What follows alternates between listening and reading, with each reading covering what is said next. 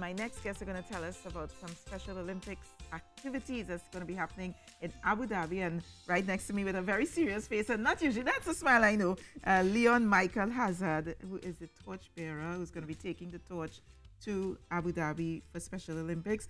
And Richard Taylor to my right, who is the National Director of the Law Enforcement Torch Run Committee for Special Olympics. Good morning, gentlemen. Good morning, Welcome. Lisa. Thanks for being here. Okay, so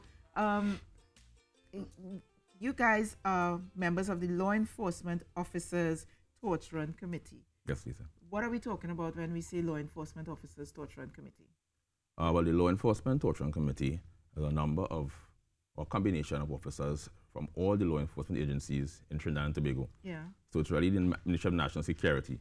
So we have police officers, members of the Defense Force, customs, immigration, transit police, Yeah. and well, basically. So what is the Torch Run Committee? What do you guys do? This is the bullet history. So the Law Enforcement Torch Run Committee started somewhere in 1981 through Chief Richard Lemunion in Wichita, Kansas. The Chief Richard Lemunion wanted to identify with the community and show the police has softer skills. So in 1981, when the Special Olympics Games was taking place, he would have taken 6 of his officers and they took a torch to run to the opening of the games. So since then, all the different police departments throughout the world have been involved in the law enforcement torch run. Is this separate from the torch that would open the Olympic Games of the Special Olympics? Well, each program, it's a program, has a torch. So this year, it's the World Games being held in Abu Dhabi. Right. Our representative for the Guardian of the Flame, which we are known as, is Mr. Hazard. Right. So he has been selected to go to Abu Dhabi, and he leaves on Thursday to represent Trinidad and Tobago at the Games, where they're going to run through the different states in Abu Dhabi to carry the torch at the opening Games. Michael, that's an honor.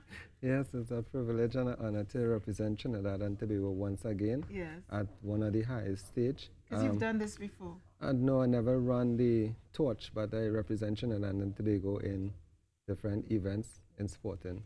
Okay, like what?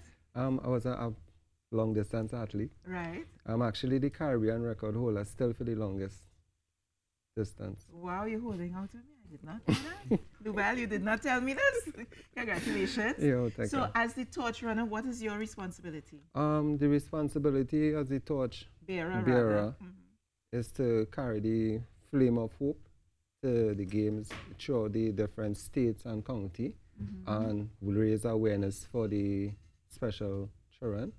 Yeah. So you have to, when you get to Abu Dhabi, you know your route, you know where you'd be running and how long it would be? Actually, the route is being changed every day because of the different challenges we have. Yeah. But yes, by today we will know exactly what is our final route around. So who determines the route? The Special Olympics or you or the law enforcement? The law enforcement committee from around the world. International. Yes. So they would tell you where you're running? Yeah, because they have like 10 groups, 10 teams will be participating in different routes. They come from different areas. Yes. And we all meet up in one destination. Okay. Actually, it's an honor. Trinidad have won get one out of the representative to run into the final. Okay, so it's not if you want to represent your countries, if you're selected. Selected. So it is an honor. So I'll do like this to you, sir. Congratulations. Yes. And represent us well. Yes. So how are you guys going to pay for all of this? Do you have to raise funds, or is it sponsored, or is it that you guys are invited so that Abu Dhabi pays for you? How does it work? No, so the International Law Enforcement Torch International, they select a team and they will pay part of the cost. Yeah. The torch bearer, the torch runner, there's some cost which he has to bear. But for most part of it, it's sponsored by the Law Enforcement Torch Run International. Yes. Committee. So are you raising funds to go then?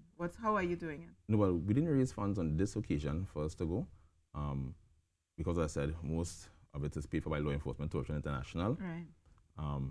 But our key focus, yes, is fundraising. And the fundraising is to raise funds for the Special Olympic athletes and to create public awareness. And that's the main focus of the Law Enforcement Torch Run Committee. Okay. Raising funds and creating public awareness. So you actually have to raise funds for our athletes to Correct, yes. And why is it that you have to raise the funds? Isn't there a Special Olympics committee doing that, or you are that committee?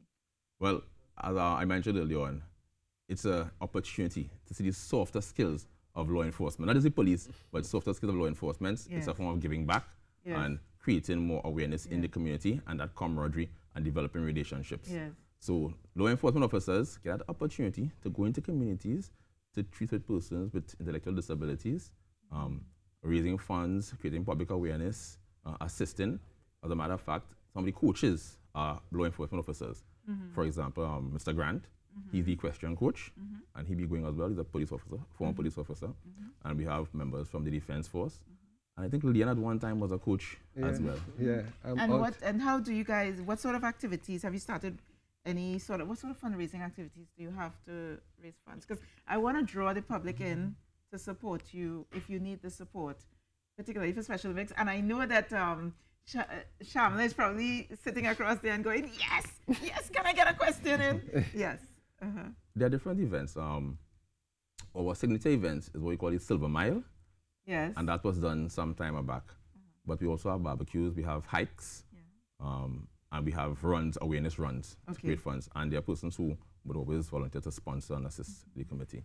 I'm very happy that you're here today. Shamla, do you have a question for them?